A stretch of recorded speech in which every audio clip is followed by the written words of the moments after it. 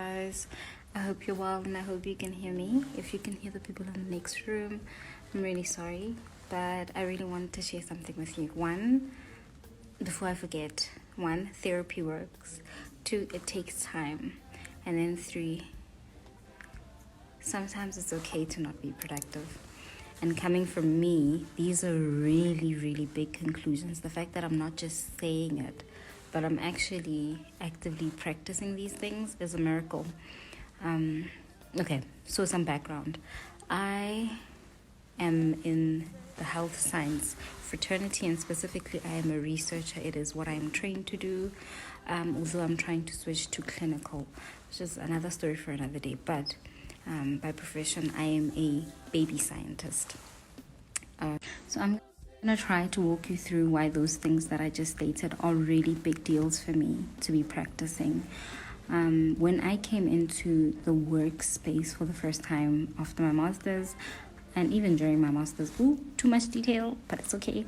I worked under certain personalities, and people in health science are very much intense about what they do, because it's not just a job, it actually directly affects the lives of people. So naturally it's a very passionate environment. Everybody's very into their work, detail orientated. But in my case, the people that I worked under were also very forceful, very rigid, very controlling, very micromanagerial, and that affected me so much in terms of output.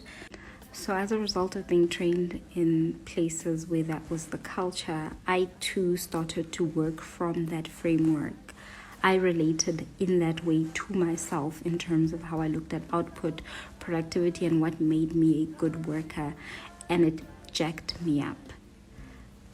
A good illustration of this is if I didn't finish something by today that I said I was going to finish by today, I would stay up the entire night and morning and not go home, stay in the office, stay in the lab, keep working until I get my results and I can submit on time, because I was taught that prioritizing a deadline is more important than taking care of yourself.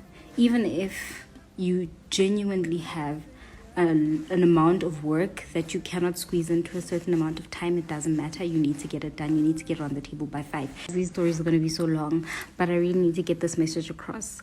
So you would submit something at 5 p.m. and the person, mind you, the person you're submitting it to is not going to look at it for 2 days or 3 days. It's just going to sit there in the inbox and marinate. And then you're only going to get back the changes, whether it's a proposal, a paper, a draft of some sort. You're only going to get it back in 2 weeks, right? But they want it at 5 p.m. and they don't care. You need to do what you need to do. So that thing messed with me, and I had the kind of superior where if it was 5 minutes late, you got a warning letter or disciplinary hearing. And that messed with me so much, because I couldn't understand why, even if I would negotiate, like, let's move the deadline to midnight, let's move the deadline to like 10 p.m. because I knew she wasn't going to read it immediately when it hit her inbox. She'd be like, no, you need to learn how to work within the framework of where you are. And I got the discipline of it. I just didn't get the insistence on it.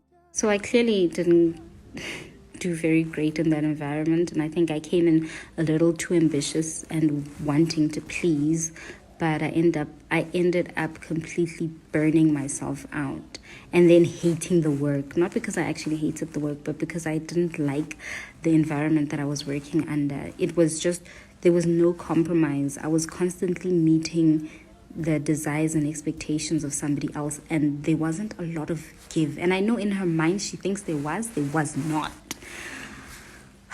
So it jacked me up, and now I found myself in this space that I am in now, struggling because I am my own boss, to not treat myself like that.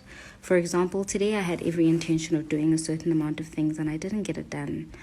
In fact, I didn't get 90% of what I intended to. But the difference between me 2 years ago and me today is a little bit of life experience and a whole lot of therapy, because not finishing 90% of the work years ago would have meant that I'm going to stay here, I'm going to miserably work through this, regardless of the quality of the work I'm producing, regardless of whether I'm invested or not, I'm going to do it. And I'm going to show up tomorrow on time, or never leave, actually, and do what I need to do tomorrow, show up and be present, because that's what I was taught is important. But me now, with the help of my therapist, I realize that I love what I do, and I love how I do it. And so if I am not in the mental space to do that, I can take a break, and it is okay. The work doesn't suffer from having a better version of myself handle the work later. And so this has completely changed my life, because so in that way, therapy really did change my life. It's Saturday at 9:30 and I am still here, and I've done 10% of the work because that's how much I can do. I'm also on my period, but therapy has also taught me to be accountable to my decisions, because I'm not going to slave drive myself into finishing this, bulldozing this work. It means that tomorrow I absolutely have to be dedicated to the work that I have delayed. And I'm okay with that. I'm perfectly okay. I'm not anxious about tomorrow. I'm not nervous. I'm not dreading tomorrow. That's something else that used to happen when I would take periods of rest, is that I would dread the next day. I remember once upon a time, I used to literally think, like, if I got hit by a bus today going to work, would that be like, it's not suicidal. I promise you, it's, I've said too much. But I promise you, that was my reality. I once thought about breaking my own arm so that I wouldn't have to submit at 5 p.m. But I knew if I broke my arm, at 5 p.m. she'd still want it, and I would have to work from the hospital bed. Like, it was just, yeah, it was not a healthy work environment. It's actually pretty bad. But I'm thankful for the education. I'm thankful for the opportunity. I'm thankful for the training. I think she is one of the best in her field, but working under her was just miserable for me. And I'm here today because of that opportunity. Yeah, so that happened. But the moral of the story is that therapy works, because that framework has been completely changed for me. And I've just downloaded a movie and I'm going home.